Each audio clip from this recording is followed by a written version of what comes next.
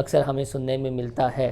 تو اس پر پھر یہ دوسرا منصوبہ یہ ہے جی کہ پھر ہمارے پاس وہی ہے جو لبیک کرتی آئی ہے کہ اسلام آباد کی جانب مہنگائی مقاوم مارچ کے سلسلے میں ایک احتجاج کیا جائے، اور جو پیور معاشی اور سیاسی بنیادوں پر ہو، نہ کہ یہ جو خاص لبیک پر لیبل لگا ہوا ہے۔ تو اس کے بعد وہاں جا کر ایک پریشر ڈیولپ کیا جائے اور حکومت کو مجبور کیا جائے کہ ہم نے تو آپ کو 72 گھنٹے کا الٹیمیٹم دیا تھا، آپ نے ہمارے مطالبات نہیں مانے، اور ہم عوامی مسئلہ لے کر اٹھے ہیں۔ یہ ہمارا کوئی اپنا لبیک کا مسئلہ نہیں ہے، یہ تو عوامی مسئلہ ہے، ملکی مسئلہ ہے، اور عوام ہی مہنگائی کی چکی میں کیوں پیسیں، اور 170 ارب کے جو اضافی ٹیکس ہے وہ عوام پر ان کا بوجھ کیوں بڑھے، اشرافیہ کیوں نہیں اپنے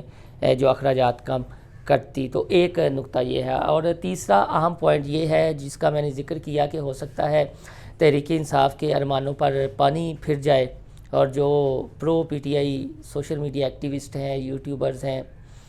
وہ جو منصوبہ بندی کر رہے ہیں سوشل میڈیا پر، وہ اس منصوبہ بندی میں کامیاب نہ ہوں۔ تو ایک پوائنٹ یہ ہے جی کہ عمران خان نے بدھ کے روز جیل برو تحریک کا اعلان کیا ہے، تو حافظ سعد حسین رضوی اور لبیک کا جو الٹیمیٹم ہے وہ منگل کے روز ختم ہو رہا ہے، تو ہم 1-2 روز تک اپنی کال آگے کر دیں، یعنی لبیک کی اب یہ بڑی اچھی منصوبہ بندی ہے کہ عمران خان نے جو جیل برو تحریک کا اعلان کیا ہے وہ بدھ کے روز ہے، اور لبیک کی الٹیمیٹم جو ہے وہ ختم ہو رہا ہے منگل کو۔ تو یہ ایک اہم پوائنٹ ہے، اور لبیک کے کچھ زیرک ممبران یہ سوچ رہے ہیں کہ عمران خان کی جیل برو تحریک کا کٹی کٹا نکل لینے دیں، اگر ہم منگل کو کر دیتے ہیں تو اس طرح انہیں کچھ فیس سیونگ مل جائے گی، جیل برو تحریک وہیں کی وہیں رک جائے گی، پی ٹی آئی عمران خان یا ان کے لیڈران یہ بہانہ بنا لیں گے جی کہ اب چونکہ لبیک سڑکوں پہ ہے اور حالات اس طرح کے ہیں تو ہم اپنی کال واپس لیتے ہیں۔ تو لبیک میں ایک یہ منصوبہ بندی، یہ فرسٹ ہینڈ انفارمیشن میں آپ کو دے رہا ہوں جو میرے تک معلومات پہنچی ہے، اور یہ ویلاگ بنانے کا مقصد بھی اصل میں یہی ہے کہ شاید منگل سے آگے کال چلی جائے۔ لبیک نے حکومت کو الٹیمیٹم دیا ہے، اس کے اندر مطالبات تسلیم نہیں ہوتے، تو پھر سوال یہ ہے نا کہ حافظ سعد رضوی اور لبیک کیا کرے گی؟ تو لبیک یہ کرے گی یا بڑے شہروں میں پروٹیسٹ، یا پھر ایک بار ہی اسلام آباد کی جانب چڑھائی، یا پھر یہ ہے کہ پہلے عمران خان کی جیل برو تحریک کا کٹی کٹا نکل لے، اس کے بعد جو ہے ہم اپنا لاہ عمل دیں گے۔ تو اگر یہ اس طرح ہو جاتا ہے تو پھر آپ دیکھ لیں کہ لبیک پھر سیاسی بصیرت کا مظاہرہ تو کر رہی ہے، اور کچھ ہمیں کہتے ہیں، ہمیں بھی فیڈ بیک ملتا ہے کہ نہیں آپ جان بوجھ کے ان کی سائیڈ لیتے ہیں۔ ہم یہ کہتے ہیں سائیڈ لینے والی بات نہیں ہے، لبیک ایک بہت بڑی حقیقت ہے، اور سوشل میڈیا پر ٹرینڈ نے ثابت کر دیا ہے، کیونکہ پی ٹی آئی بھی اس میں مکھن لگا رہی ہے، اور لبیک اس کا بھرپور جواب بھی دے رہی ہے اور کاؤنٹر بھی کر رہی ہے کہ نہیں، یہ جو عوامی ایشو ہے، جو معاشی ایشو ہے، اس کو لبیک اب ٹیک اپ کرے گی، کیونکہ تمام مین سٹریم کی پولیٹیکل جماعتیں جو ہیں اس میں ناکام ہو چکی ہیں۔ اور لاسٹ میں ایک بہت اہم بات وہ یہ ہے کہ لبیک کی بنیاد آپ کو پتہ ہے کہ جب علامہ خادم حسین رضوی مرحوم حیات تھے، ڈاکٹر اشرف جلالی، ان دونوں نے مل کر یہ پودا لگایا تھا، پھر اختلافات کی وجہ سے راستے جدا ہو گئے، تو ڈاکٹر اشرف جلالی نے ایک بہت بڑی سنی کانفرنس رکھی ہوئی ہے 19 فروری کو، اور ابھی تک ہمارے تک جو معلومات آئی ہے انہیں اجازت نہیں دی جا رہی، اور اگر اجازت نہیں دی جاتی یا وہ سنی کانفرنس کر لیتے ہیں تو اس میں ہو سکتا ہے پھر یہ دونوں گروپ آپس میں مل جائے۔ یہ بھی ابھی اطلاع ہے، ابھی یہ خبر اس طرح میچور نہیں ہوئی کہ ڈاکٹر اشرف جلالی اور علامہ حافظ سعد حسین رضوی کے درمیان ملاپ ہو جائے کا۔ یہ 72 گھنٹے کے الٹیمیٹم کا ٹرینڈ ہے، تو یہ ٹرینڈ فی الحال نیچے نہیں آئے گا، اور ہمارا بھی یہی مشورہ ہے کہ جو آپ کی سوشل میڈیا پر سب سے بڑی حریف جماعت ہے وہ پی ٹی آئی ہے، اور آپ مجھ سے زیادہ بہتر سمجھتے ہیں کہ حافظ سعد حسین رضوی کے کلپس کو، ان کے بیانات کو لے کر اب وائرل کون کر رہا ہے۔ حتیٰ کہ کامران خان صاحب نے حافظ سعد حسین رضوی کے الٹیمیٹم کا کلپ وائرل کر دیا، تو اس سے آپ کو اندازہ لگا لیں کہ یہ سب چاہتے ہیں کہ لبیک انہیں آکسیجن فراہم کرے، لیکن لبیک کو اب یہاں پر میچورٹی کا مظاہرہ کرنا ہے کہ وہ بجائے پرو پی ٹی آئی اینکرز کو، یوٹیوبرز کو، سوشل میڈیا ایکٹیوسٹ کو آکسیجن فراہم کرتی ہے، یا واقعی ہی لبیک کی اس مومنٹ سے عوام کو آکسیجن فراہم ہوگی، عوام کے دکھوں کا مداوع ہوگا، ان پر مہنگائی کا جو بوجھ ہے وہ کم ہوگا؟ تو آنے والے دنوں میں یہ چیزیں سامنے آ جائیں گی۔ اگر اس کے علاوہ ہم تک کوئی مزید ڈیٹیل پہنچی لبیک کی منصوبہ بندی کے حوالے سے، حکمت عملی کے حوالے سے، تو ہم آپ تک ضرور پہنچائیں گے۔ اور جہاں کچھ دوستوں نے مجھے یہ تانا دیا کہ آپ گھبرا گئے ہیں، تو بھائی جان میں بالکل بھی گھبرایا نہیں ہوں۔ کچھ اپنے اختلافات ہوتے ہیں ایز اے صحافی، میں سمجھتا ہوں، اور ان کنسرنز کا، ان تحفظات کا اظہار کرنا چاہیے، کیونکہ لبیک ایک پولیٹیکل پارٹی ہے اور ہم اسے پولیٹیکل تناظر میں بھی دیکھتے ہیں۔